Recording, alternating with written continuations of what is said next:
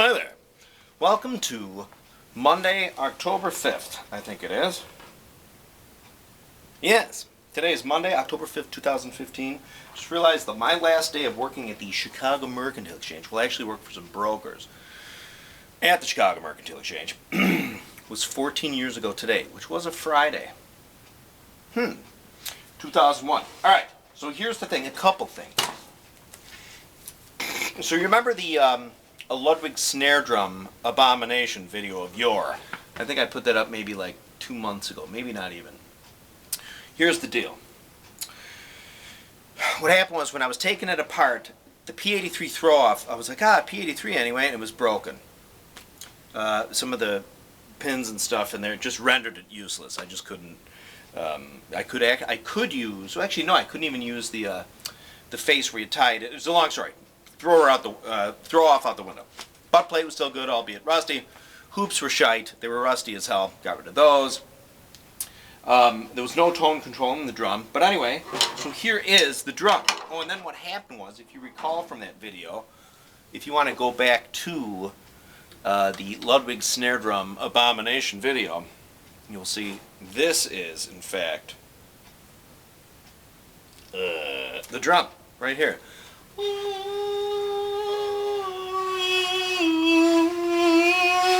See that? Isn't that cool? So you can see here where the lever tone control was there. Okay, the baseball bat, which didn't come on it. Here's extra hole, extra hole, extra hole, extra hole. What happened is there's there were 4 lugs, 1, 2, 3, 4 put into this because somebody wanted to make the bottom head. If you'll recall from that video, the Ludwig Snare Drum Abomination video, you can go back and see from 2 months ago, maybe not even that long. Slingerland used to have a 12-6, so it was 12 screws holding the hoop down on top and 6 on the bottom. So this person apparently wanted to do a 10-6, okay? Which would be, because it's a 10-lug drum. So what I did was I just, those lugs actually, when I was farting around with them, I was kind of cleaning the drum up just a little bit.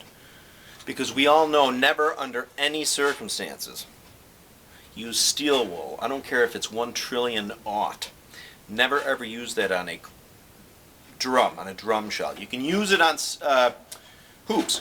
You can use 4/0 steel wool on hoops, on lugs, on throw. You can, you get away with that. It won't really leave any fine marks. It conceivably might on some lugs. But always on a shell, I recommend just buffing it out or use one of those Mr. Clean white pad thingies.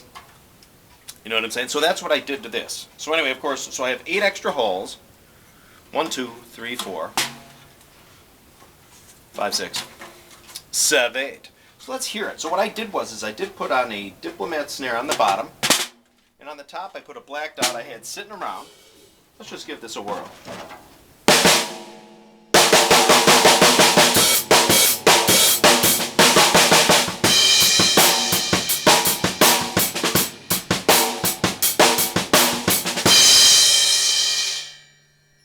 So that's it. This is what became of the drum.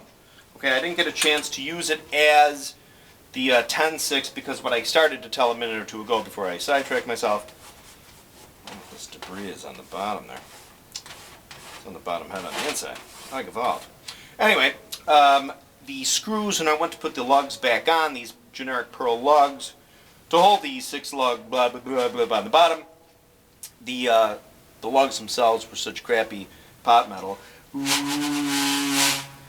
that they just stripped out, so I just thought screw it. So I just made it a standard, again, 10-lug Supra. Just this, the way it was supposed to be. These hoops I think I got from Drum Supply House when they were blowing them out for like $21 a pair. I think they're 2.3 gauge, if I'm not mistaken. So here it is. This is what became of the drum.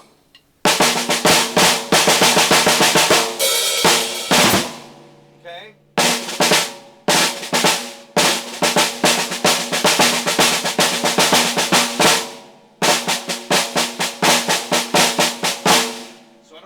Any muffling obviously in that guy.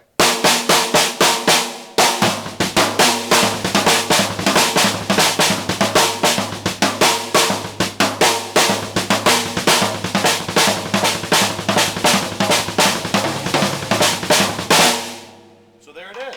That is what happened to it, okay? So So that is it. That is what happened to it. Here it is. I had folks asking about it. I am blind as a bat. The serial number on this baby, I think this one was from, can't really see in there because it was in kind of crappy condition. But I think the serial number on this guy is 132395. So I guess that put it about 1965-ish, probably. Very nice. So it's a nice drum. You can see that generally the plating on those was generally pretty good, although this one did suffer from a little bit of extra. Like I probably could get sort of that fogging out, but on these drums that fogging is sort of the very beginning of straight up pitting. So anyway, that's it. Got some Ludwig snare wires on the bottom. I do have a video coming very shortly where I'm going to go into the Ludwig snare cord of yore. This is the modern stuff. Actually, so in the snare cord video that I will put out, I was actually looking for some of this to show in the demonstration. I realized now here it is. So this is the real orangey stuff they have now, kind of waxy. So that video will fall shortly. It will come out. Okay, and then there's another quick thing that I'm going to do. I did get a good price on so here is a Paiste 2002 Crash. Here is a Paiste 2002 Crash model, just a Crash, okay? 19 inches. Let me give you the ray beam of Paiste. Right there. Is that bright there? You see? Is it right there? Okay. So this baby is, this is the Crash model. I got a thin Crash. Now I think in the 19, actually even in the 18 size, oh hang on a second, it might be chaos. I'll edit this out. Earthquake. Okay, in the, damn you. In the 18, 19, and 20 inch size, I do think the thin Crash model is superior. I think it is actually really how the original Crash model was back not so many years ago. So, let's put this guy on literally. Jesus, man. That's some fine threading. 2 decades. So check it out. Ooh, Paiste 2002. Thin Crash model. Take this guy right out of the bag. Don't drop it, it would be horrific. Here it is. Oh, look at that. You can get the ray beam there, the Paiste ray beam. Switch it around. This one, of course, is newer because it has the laser engraved Paiste action going on. So let's just throw this guy on. So I've not played this yet. I literally just took this baby out of the aux bay. Let's go. A little bit of an angle. Alright, so.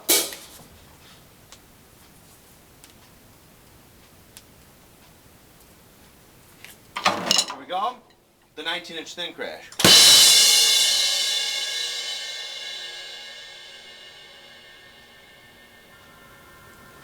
The 19-inch Crash.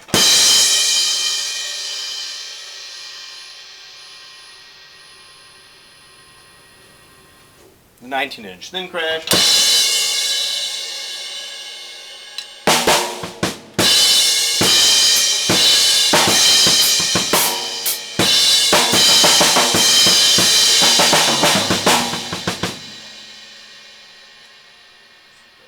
So that's it.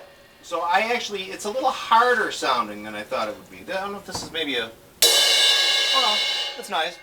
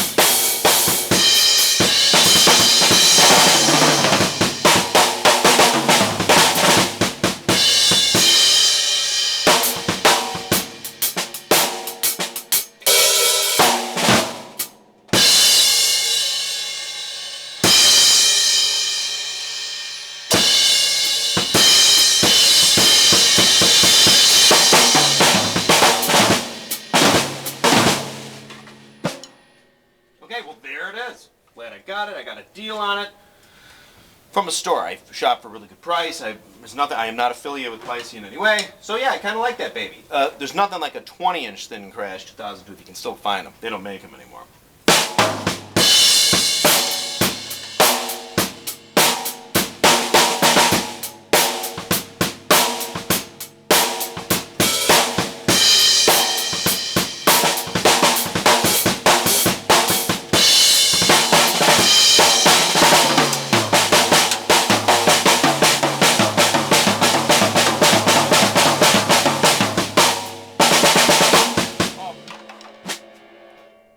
Nobody's guessed the right date yet for the snare drum, by the way. The snare drum I'm giving away, the giveaway, people have till October 31st at 11:59 and 59 seconds, which is Halloween night, at the expiration of Halloween night before All Hallows Eve, which I think is November 1st.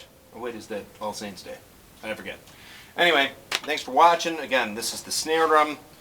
It actually turned out okay. Let me see how my rolls are coming along. You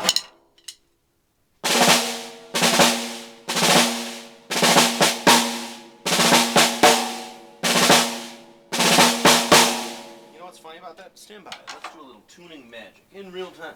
If I can find a key. So what I have here, I put on the,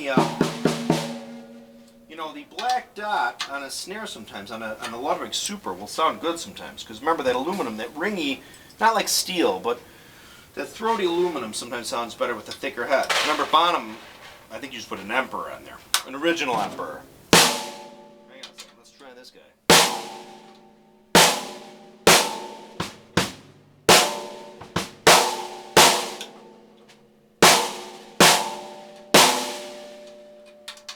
Well, the feeling's going on. Hang on. Oh, here we go. So,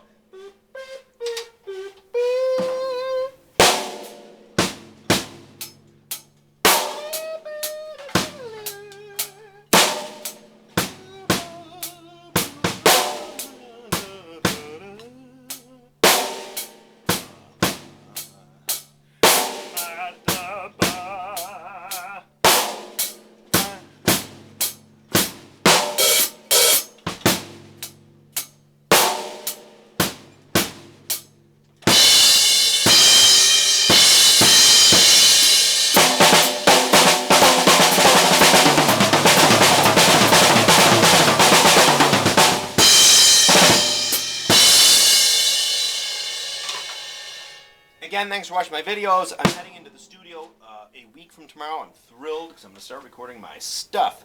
More videos on the way. I have to do the second half. Actually, there might be the second portion and third portion of the No Quarter Live Madison Square Garden.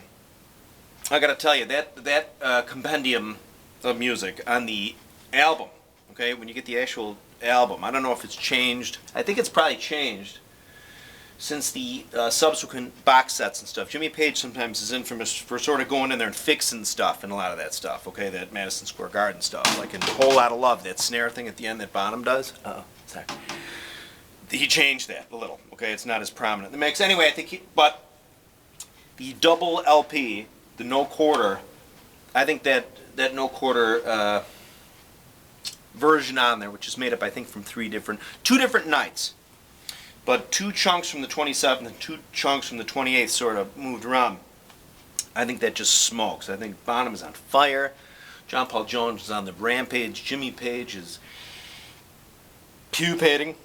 It's incredible. So I have to make that at least one more No Quarter video, which will be coming up soon. Also to my progress in the studio, I'm gonna, well, that'll be pretty cool. And then a couple other videos coming up too, so thanks for watching. More videos on the way. Thank you.